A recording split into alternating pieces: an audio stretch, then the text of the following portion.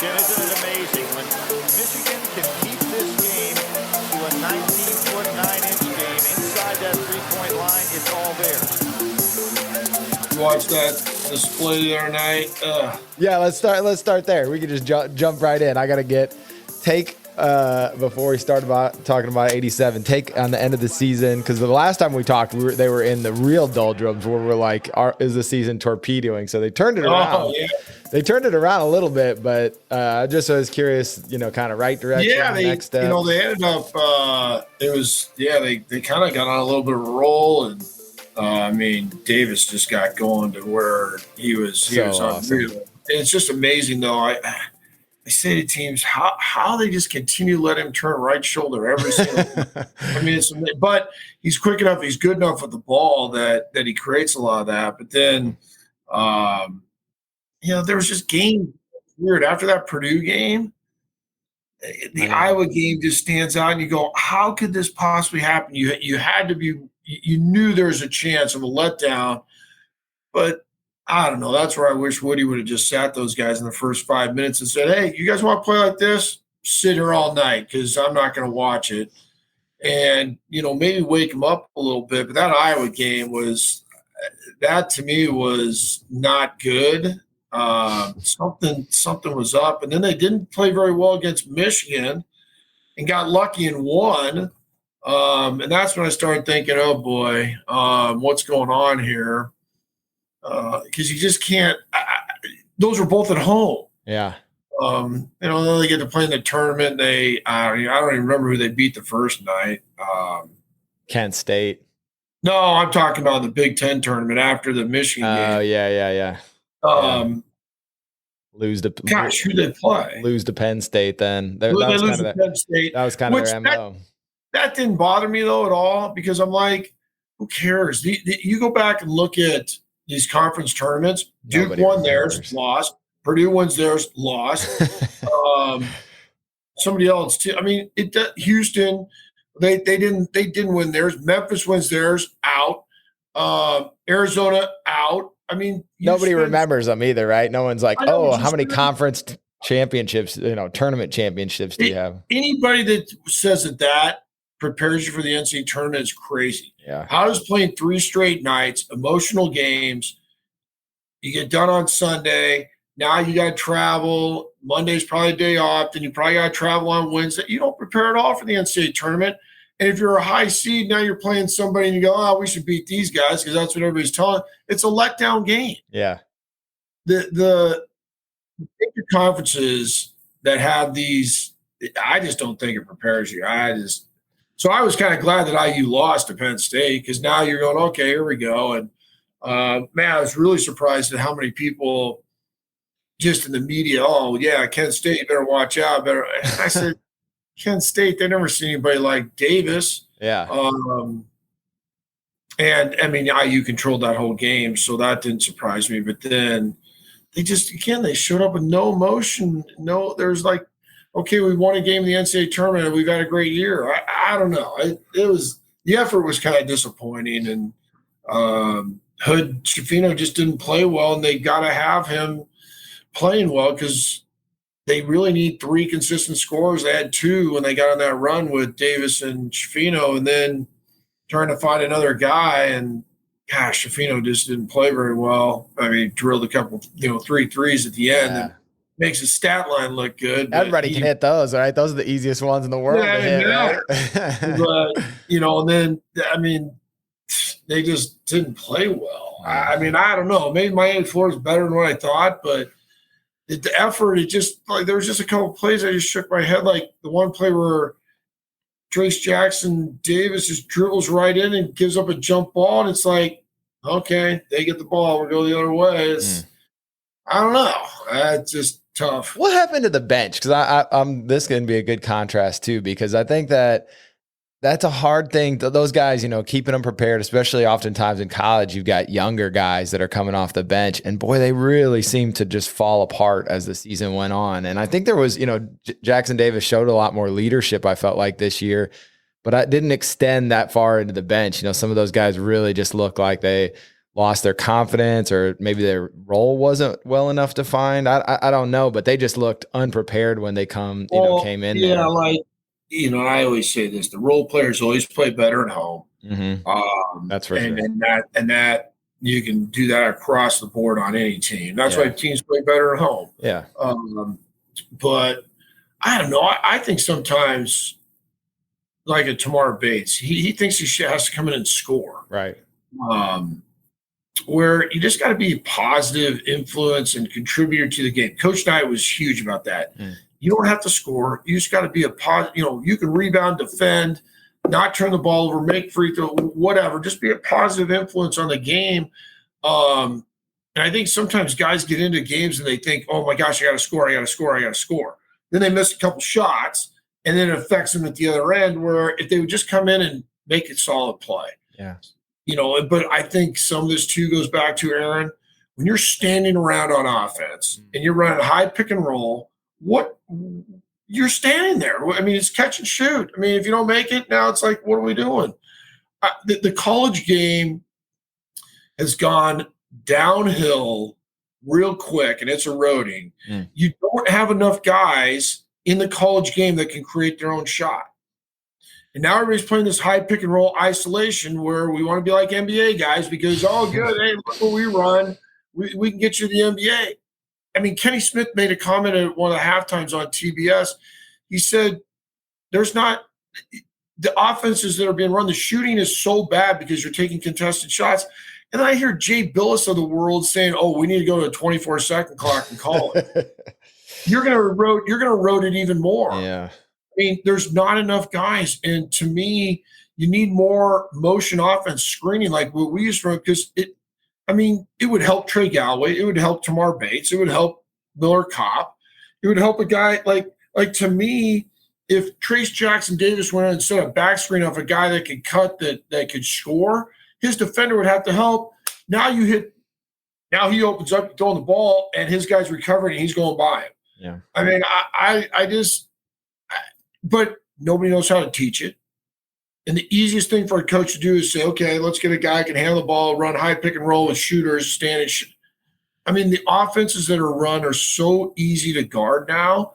Now, there might be some nights where teams have hot shooting nights. Yeah, then you're in trouble, yeah. Okay, fine. But you know what? I'm going to take my chances on that. It drives me crazy watching these games. One of the worst games I've ever watched in NCAA history was Iowa State and Pitt the other day. It's the worst game I've ever seen. Yeah. I mean, nobody can make a shot. Yeah. And everybody says, "Oh, you're shooting 44% as a team." 44%, that's not any good. Nobody gets to the foul line. Everybody says, "Oh yeah, the analytics." Okay, well, let me prove to you what the most efficient way to score in basketball is. It's shooting free throws. Yeah. Okay. Everybody says you shoot 50% from the field, you're going to win you're going to usually win games, right? Right. So that's 1 out of 2. Yep. So if you have 2 possessions, you're going to score 1 out of 2. That's 2 points. That's a point of possession. That's good. Yep. If you score 1 out of 3, make 1 out of 3 threes, you're getting a point per possession. Mm-hmm. So if you get fouled every single time down the floor and shoot 50% from the free throw line, you score 1 point of possession. Yeah. And you're definitely going to do more than that. You're going to shoot better than 50% from the line. So why wouldn't you try to get fouled more and get to the line? It just drives me nuts. The guys jack up threes. Miller Kopp pulled up from 3 the other night when we just taken the lead. Yeah. I mean, it's not like it's Steve Alford shooting it. Well, especially off the dribble. Like, he's definitely shooting it. Yeah. I mean, half the time, why would he take that shot after passing up a million wide open kick-out shots? Yeah. And it's just stuff like that. I don't know. I mean, today's game, and these coaches are so worried about guys transferring and guys leaving, and you got to be worried about it, right? Because certainly, you imagine at least some percentage of the roster is going to turn over. Because because some get that opportunity because they don't get to play. I get that, but I don't know. I just don't know if or you get an offer from, you know what I mean? Like the guy from, I've heard rumored, the guy from Harvard, maybe come, interested or somebody that IU's interested. Oh, You get him to come. You get him to come in, and then it's kind of like be a fifth year. Yeah, 50 year. Guy? Yeah. Yeah, no, guys like that, I got no problem with the transfer thing. Yeah, but he takes the spot of somebody else, if tomorrow. Like, I don't mind a guy that I'll just throw this out, Leo. Yeah. Okay, he's probably not going to play at Indiana. Go somewhere and play. I get that. Yeah. But a guy that thinks he's getting screwed and doesn't get to play as much, like if Tamar Bates leaves, well, you know what? No, you need to work harder because you got ability. And now you're going to be a junior, and so now you're going to play more. There's just no – I guess the days of not playing very much as a freshman, playing as a sophomore, starting your junior and senior year, just done. There's no progression in a program anymore. I was hoping with NIL that guys would stick around more. But now you're probably getting on, hey, come to our school, we'll give you this. And that's what happened with Miami with Nigel Pack. They're starting point guard. Yeah, and how many different teams has he been on? Yeah, I think 3 now. So that's the bad thing about it. But I just wish that college basketball would get away from. It's just becoming NBA-ish, and the officiating is getting worse and worse and worse. Yeah. Traveling everywhere. Every charge block is an automatic charge, basically. Yeah. This I've never seen more guys get fouled on 3-point shots. I know. In the first weekend of tournament, it's like, I don't know. I know that weird like landing zone. The landing rule. thing, yeah. Man, it's so how do you contest a 3 then? Were you watching the College of Charleston San Diego State game where he goes from the side? Doesn't touch him at all. Yeah. And then the announcer said, well, he must have called, he was in his landing. Well, how are you in the landing area when you're on the side? I don't know. Yeah. It's yeah. I get trying to protect the athletes, but it does take some of the competitiveness. The replays too. I know we could go on about the replays, but boy, at the end of the games, like I would rather argue about a bad call and just like forever than have to watch the refs just ruin the end of a game by staring at it for half an hour. Yeah. Why did that Purdue game take 8 minutes to get that? That was so obvious off of the FDU guy. Yeah. Well, what were we looking at? I don't know. But I always tell guys, hey, I'd use all my timeouts. Yeah. I would make sure I had no timeouts. Yeah, just put that finger up every time. You get a free timeout. The rule should be, if we go to the monitor, you're on the floor and you can have no communication with the teams. Yeah, everybody's got to line up on the line so they can't. The players can't talk either. You got to be on the opposite end and let the players figure stuff out, because you can argue every time the ball goes out of bounds. Oh, the clock. Yeah. The clock. Yeah. Yeah. But yet you can go over there and look and see who the ball goes off of. But if a guy absolutely fouls and rakes a guy, can't look at that. Ball. Yeah, can't switch that. Yeah. Weird. So then think about this. If I got the basketball and I'm holding it, and you come from behind and push it out of my hand, okay, and I've got the ball, it's always going to look like, if you push it, it's always going to look like it came off of my hand. I mean, but I didn't just throw it out. Right. Yeah, it's bizarre. So the end of games is just being ruined by that. It's crazy. Yeah. So it's difficult. But I don't know. What do you think overall state of the program though? Right direction? Now I'm not sure. You talked yourself out of it. I'm worried about next year. Yeah. If he's gone, right? Yeah, he's gone. I'm assuming. I think they could really struggle, especially if like Geronimo. I think Geronimo's going to transfer. Probably. He might be better off for him. What if Tamar Bates leaves? Yeah. I don't know. But I guess you can never say what you're going to have, because you could go to the transfer portal yourself and go get 3 really good guys. That's what I'm saying. Yeah, you could go get a couple guys. Well, obviously there's a little bit of momentum, but what I want everybody in Indiana to be optimistically, I guess, cautious. We were 12-8. Yeah. In the Big Ten, it wasn't like, we were never in the hunt to win a Big Ten championship. Right. And we played some really good basketball. Obviously, we beat Purdue twice. But then they lose to Iowa twice. They lose to Northwestern twice. lose to Penn State twice. Yeah. Their highs were really high. It's just that the lows were also pretty low. But that's what you were never used to with Indiana. Yeah. Never. Yeah. You would be, hey, you're expected to win those games, and then you didn't lose to the teams that you weren't supposed to lose to. That's dependent on two guys, though. You got it. Those two guys had to play perfect almost every time for us. Yeah, and I made the comment. I don't know if it was on with you that last. They got to find it. I said, you got to find a third. Yeah. Got to find a third option that can be consistent score, whether that's race, whether that's Galloway's just not going to be one of those guys. Yeah. He's not going to be a guy here. So I'm going to plug in my computer. No, you're good. Galloway's just he's not going to be a dependable scorer, but gosh, he can be such a great influence on the team because of his energy. He can get steals, he can score without having to be in the offense, basically just by getting a loose ball here or there. And he should be a 6 to 10 point scorer. That's what he should be. Doesn't need to be shooting the ball all the time. But Race Thompson needed to give him more, and he just wasn't consistent enough. I don't know if he got healthy ever either.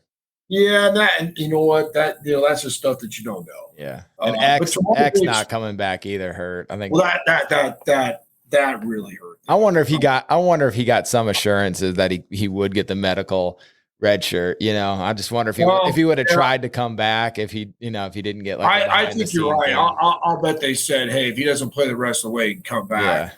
Yeah. But he definitely hurt not having him just because tough matchup.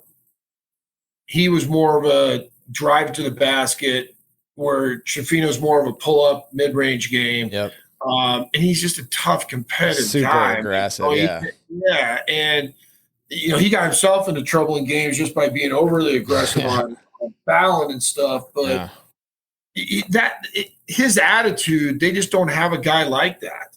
That to me is biggest. Not only his play, but just his overall attitude and competitiveness. A little chip on the shoulder. Yeah, exactly. Yeah. And they don't have anybody else that has that. I mean, we got guys wearing headbands for the first time. I mean, what is that? Oh, man, that comment killed me. I mean, I was calling him Salami on there. If you remember, you're probably too young. There's a show called The White Shadow. Oh, no, I know exactly what that is. Bill Simmons and Bill Simmons. And he comes out in a headband. It's like, what are you? I mean, this isn't TikTok and social media day for the first game of the NCAA tournament. That was like the first question to him out of the break and the media scrum was, you wore your headband and it was upside down too. Any reason? I'm like, oh, that says enough right there. Let's move on. But I mean, obviously making the tournament, win a game. I mean, you got to feel good about yourself. And we'll see what happens. I mean, they have so much on the scoring end as Shafino leaves with Race and Trace and Shafino, Kopp. I mean, that's a lot of points you got to replace. Yeah, that's a lot. And it's tough. It's you can get guys to step up, but need some luck too. Well, tough replacing a guy like Davis. Yeah. So. Impossible. He had a heck of a. Yeah. He finished unbelievably. He just a tough man. I'll be interested to see. I don't know. After watching that Miami game, though, he wasn't the quickest jumper on the floor. No, I know. Yeah. He got pushed around a little bit. And I don't know if it's because he got a little less aggressive or he when he got his third foul, he kind of backed off a little bit, didn't want to pick up his fourth.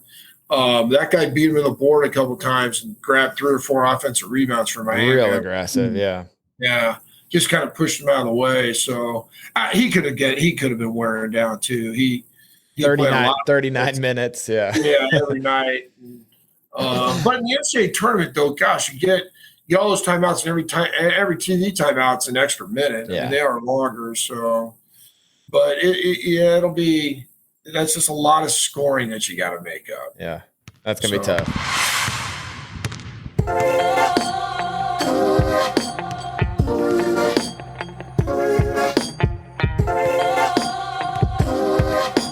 And so now if you got a guy like that, he's gone after his first year. Oh, college Ewing would have been unbelievable. So athletic. Yeah. Olajuwon, I mean, he was a senior when, maybe he's only a junior, but guys stick around and you have like Sam Perkins and Matt, and the Dohertys. Yep. And, those guys, they were big when you get to senior. Were they as skilled? Maybe not as some of these 19-year-old freshmen or whatever. But you know what? A 19-year-old, give me a 19-year-old and have them go against Cycler or Pat Ewing at 22, 23. And I'm taking Forget the about it. Yeah.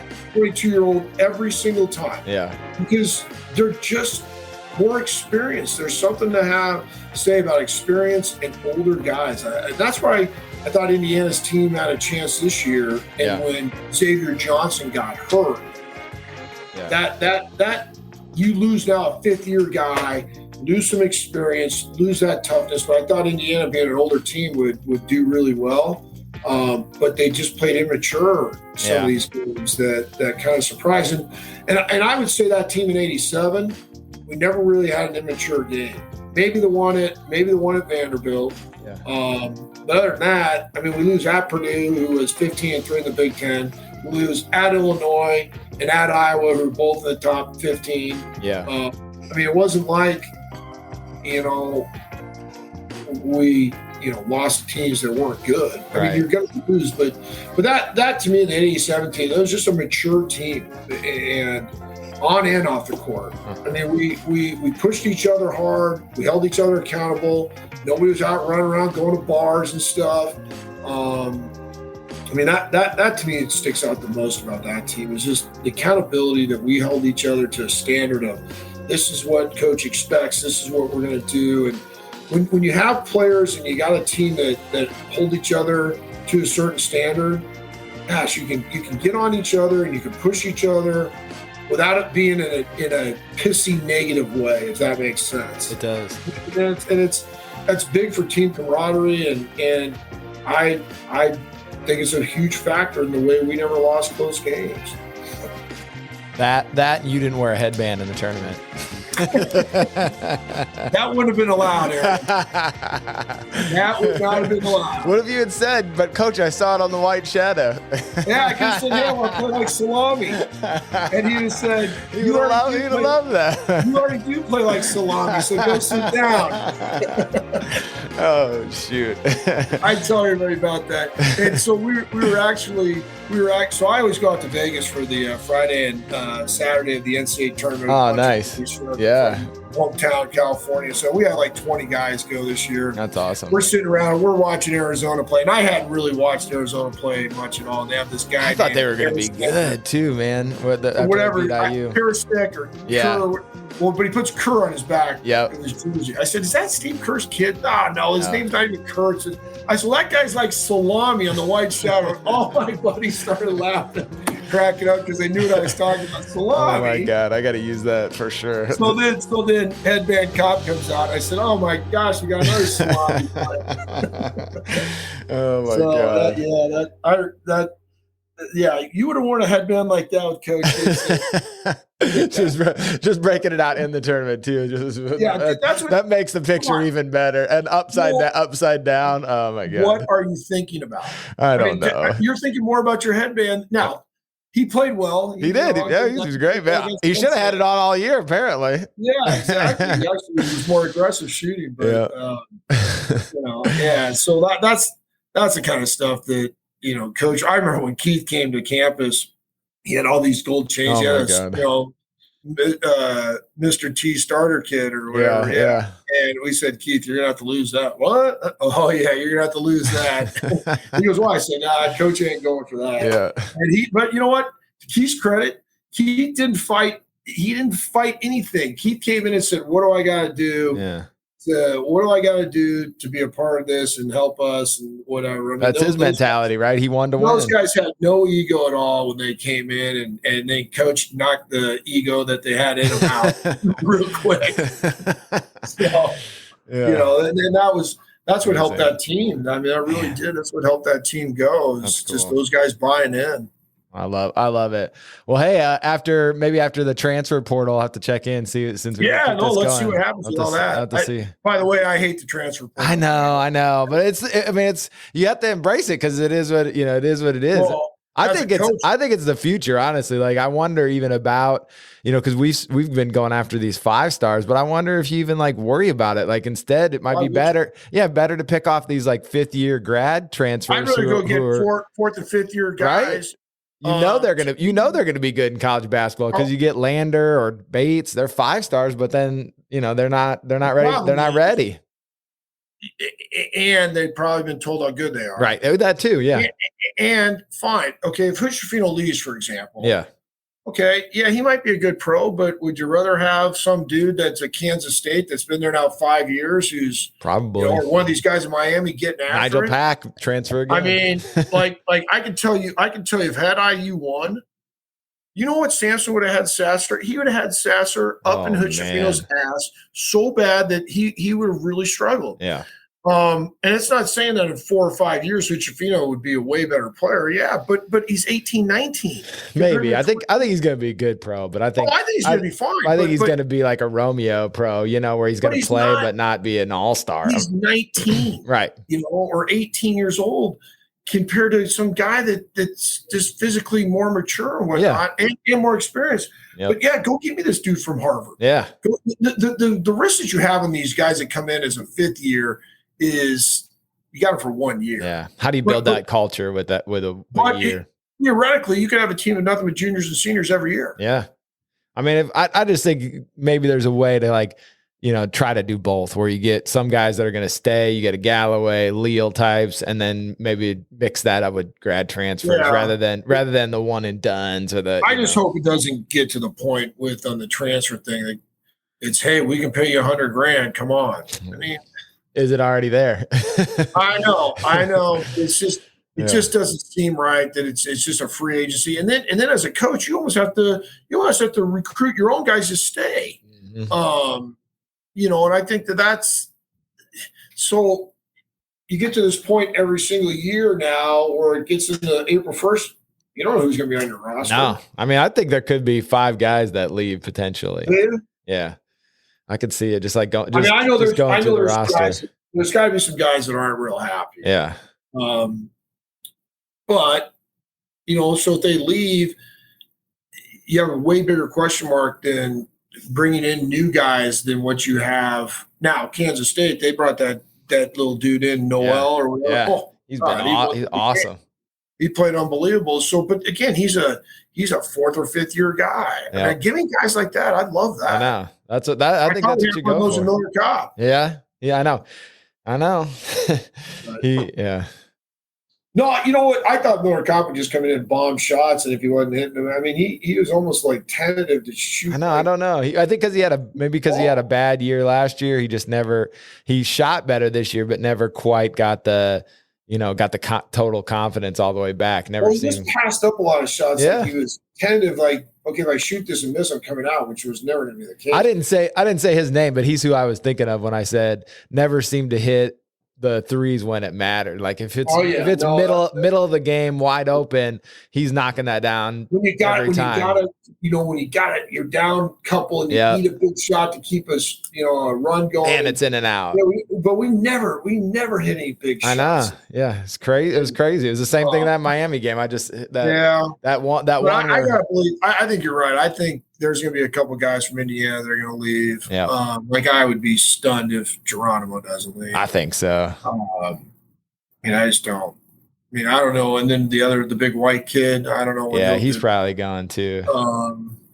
Leo should. Well, Leo seems like he's getting the NIL money at Indiana. I see him he paid for his sister's. Well, but when they do these events with like Hoosier Hysteria and those things, I think all that money gets split. It does, yeah. So that, but that's what I'm saying. Like he might be doing better just staying. I feel like the camera loves him. I was joking with my wife. I'm like, it seems like every time there's like a shot of the bench, it's always on Leal. Yeah. But at some point, don't you want to play? Yeah, probably. Yeah. I don't know. Maybe not. I don't know. He was in Bloomington. If you had a chance to win the Big Ten and and you're going to have a chance to win it all potentially. But man, at some point, he might get to play a little bit next year. I don't know. It's hard to tell because he's played so little. But I mean, what's the difference between him and Kopp? If if he's shorter, but exactly. I mean, can somebody knock down some shots or But again, we're not at practice every day. Yeah. So it's hard to maybe he doesn't play well in practice either. So I mean, it's that's where it's difficult because you'd sure like to see some other guys get some chances, but. It'll be interesting. It's going to be an interesting offseason. I think, the biggest thing, too, is does Hood-Schifino leave and does Johnson get another year back? Well, I'll tell you what, Hood-Schifino stays and Johnson comes back. That will be in a lot better shape. I'll be very optimistic then. Now we're going to have a tournament team that you got guard play. Instantly, yeah. And, exactly. and everybody's going to go, oh, my gosh, they got good guard play. Exactly. And now it's way easier in the college game to fill in if you got two guys like that. Yeah. So that's interesting. You're right about that. I didn't even think about that. But if those guys both come back, they will be good. They'll be good. They'll be. Because then they got Renew still in the middle, and then you pick up a couple transfers. Well, Banks is going to be okay. Banks is going to be good. He came in. He was that guy in that few minutes in the tournament run that you were talking about. Didn't come in trying to score. Made a couple defensive plays, energy. I think he's got some ability. So I mean that.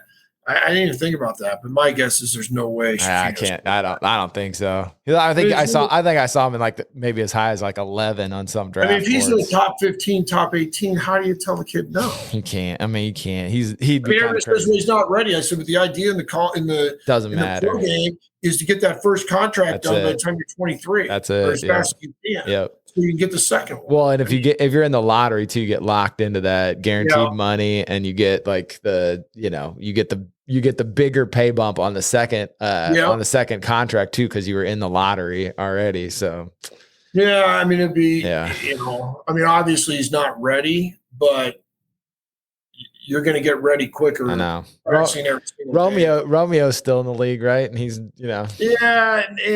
but he's Schifino's a different player because he's going to have the ball in his hands more. I know. I don't know. Romeo's. I thought he was. I don't know. Maybe he wasn't as athletic as I thought he was, but he seemed more athletic. That's true. He doesn't really. He's a catch and shoot, but he can get to the hoop. But when I say ball handler, he's not a playmaker. Yeah. Where they're gonna have Hood-Schifino be a kind of a point guard. Yeah, that's the toughest position in the league, though. You think about who you're going up against. Then it is, especially on the defensive end, because now you got to guard in. Exactly. But the way that they could do it stuff now is they play a smaller guy on the wing when you're bigger guard. Now you just shoot stuff up. Yeah, you guard the 3 and D guy, and you don't have to move. Shit, nobody guards anybody in the NBA. You're not kidding. This year, it's out of control. It's out of control. Six guys. There's 45 guys in the NBA averaging 20 points a game. There are 6 guys over 30 points a game this year. I think these guys have gotten to the point now they're making so much money that there's an unwritten rule of, hey, look, till the playoffs, the lane is open. Because I can't say you're wrong. I know nobody challenges anything. Yeah, nothing. I know. I can't say you're wrong. They might be right too. They want to prolong their careers. You're making that much money. You don't want to hurt someone else. You don't want them to hurt you. You want to keep getting those paychecks, right? Thank you for listening to the 19-9 podcast. If you haven't already subscribed to the podcast, make sure you do. And while you're at it, leave us a rating or review. 5 stars only, like the basketball camp. We also have links to all of 19-9 social media so you never miss a release. Until next time,